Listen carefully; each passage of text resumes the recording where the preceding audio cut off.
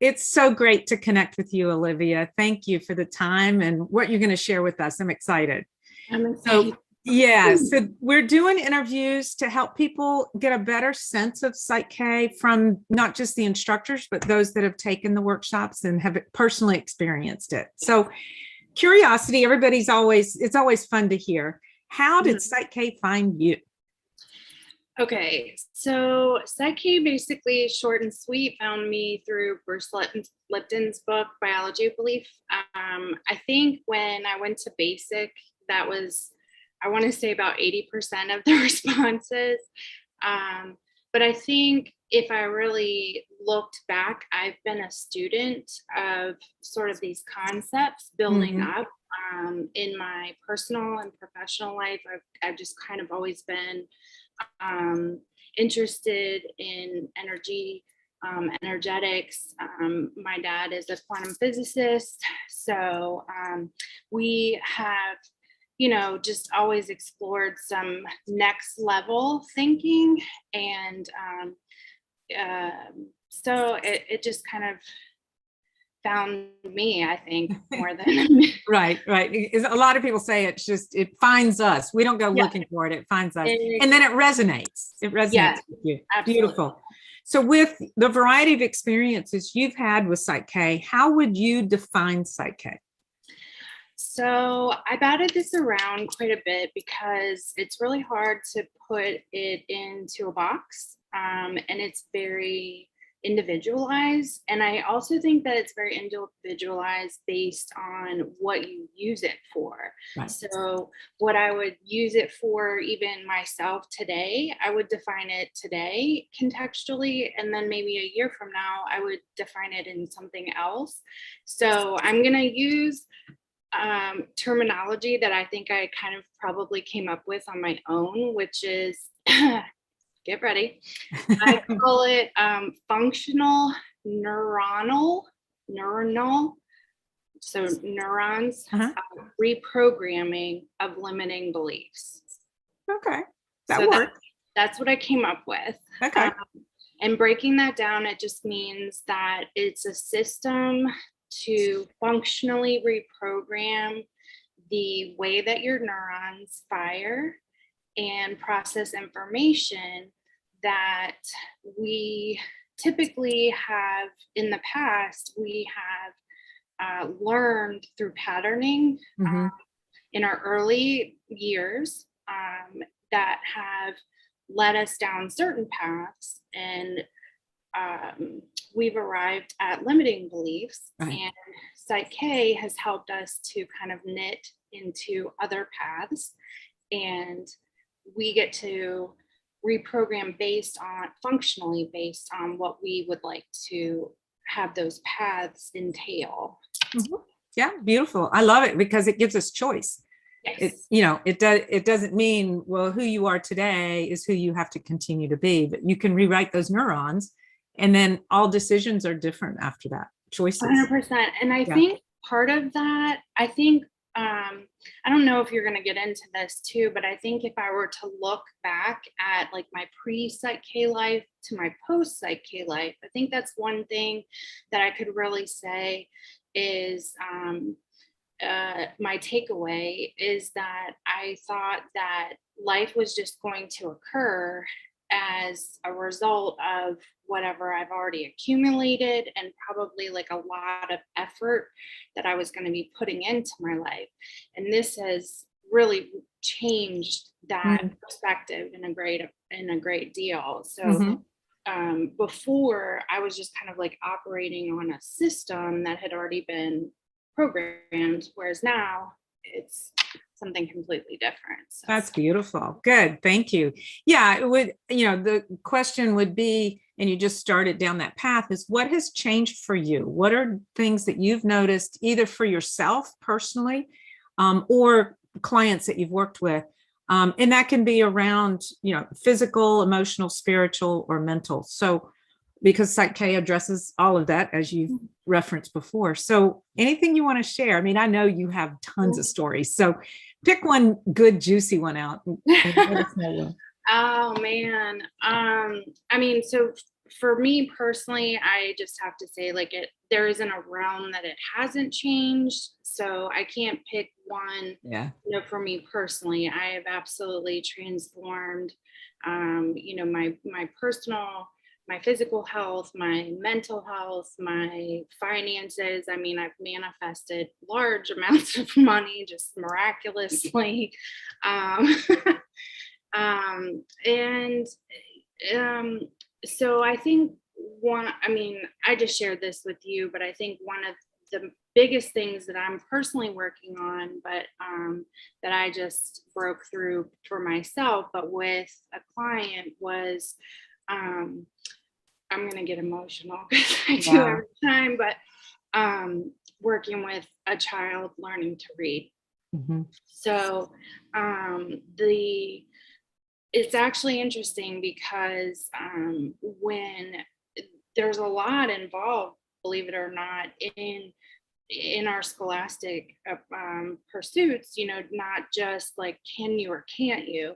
And PSYCH-K has a few tools that you can use to reprogram some sensory processing issues. Mm-hmm. And I was able to work with one of my client's siblings to get her on the path to beginning to read. When the day that I started working with her, she had just gotten a 26% on her reading test and was being referred to for specialists. Yeah. Right. And so I'm going to be getting a referral for some behavioral modifications and things like that. But I was able to balance her, and she read to me in balance. And I mean, yeah. It was such a magnificent, magnificent. Yeah. And I mean, and so I think for me also, just genuinely speaking, I think one of the experiences for me is feeling the power of this practice. Just really takes me away every time that I do it, and I'm sitting with anyone, is just watching these limiting beliefs just disintegrate in front of you, and holding that space, that assumatog space for people, and watching them realize their potential is really also been just a beautiful gift in my life. Yeah, absolutely. I mean, to watch someone, like the child not being able to read and very frustrated, to within minutes being able to read the hardest book, I think is what you told her to go get.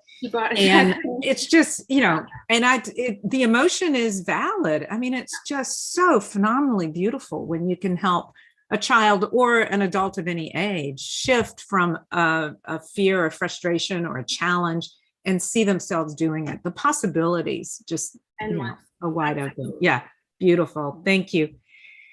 So as you moved into taking the workshops, and whether that was basic or advanced that you've taken, did you have any, maybe with the first workshop, did you have any doubts or questions? It's like, is this going to work? Or, what was kind of some of, people have those doubts. So I'm just going to ask you if you had doubts and what you might tell them now.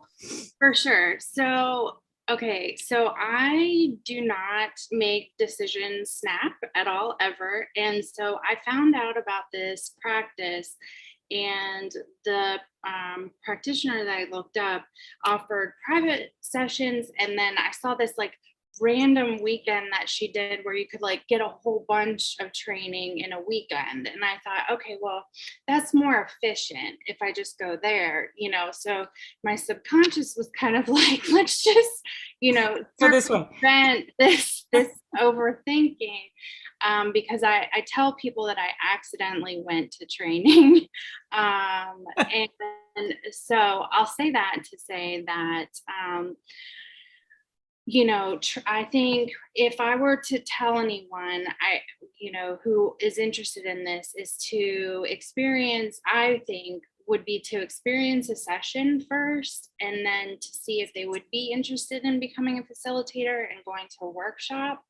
But for me, I fell head first into going to a workshop, and I meditated on it for a full year. The most transforming thing of my life, the biggest tool that I take with me everywhere, I batted that thing around daily. I prayed about it for a year. And I was like, absolutely not. And what's interesting is you were not my facilitator the first time. You should bless your lucky stars. I got so many psychosomatic symptoms. And I think it's valid to mention, because your subconscious will do this to you when you are setting out to do something that's different than, you know, what you've been practicing. You know, all that fear can manifest in different ways. And for me, it came up physical. So I got what I thought was like an ear infection. My ears hurt. And my facilitator at the time was like, there's something you're refusing to hear. And I was like, oh, thank you.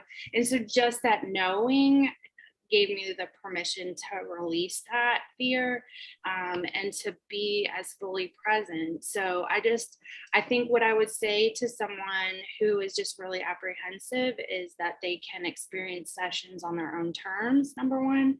And number two, just to be willing and open to, you know, whatever comes up, to fully express that. We've all been through those fears. We know what they are. We know what they mean. We can hold space for you. And we can get you through to the other side. Exactly. They're very temporary. Right. Yes. Thank you. That was the point I was going to make. They're very temporary. In the workshop on occasion, not everybody, not all the time, but on occasion. Exactly.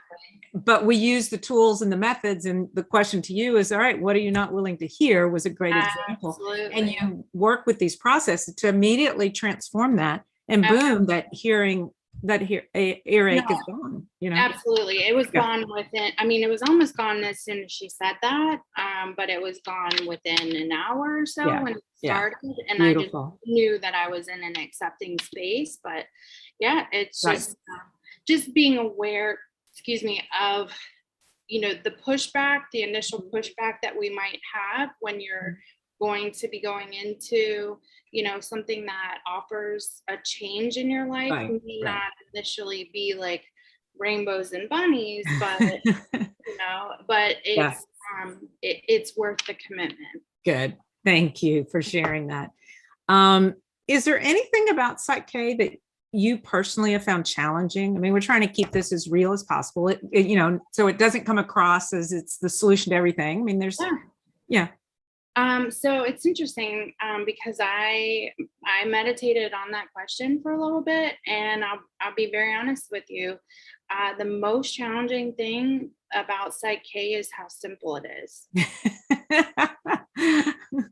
I love that. I love that. It really is. Yeah. It is the most challenging thing to be as simple as it can be.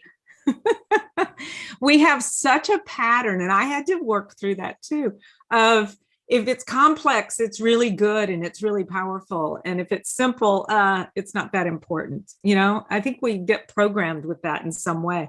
So thank you for sharing, because it is okay, simple, but it is powerful.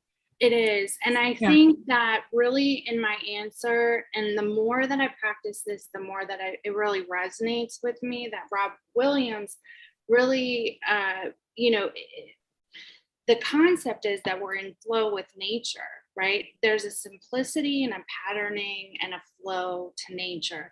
Nature doesn't rush, right? Nature doesn't overthink. Nature doesn't have like, you know, it should be doing this, or, you know, it doesn't have these expectations. Oh, like I didn't grow, you know, the grass isn't like, I didn't grow enough today. I didn't, you know, I didn't make enough dollars today.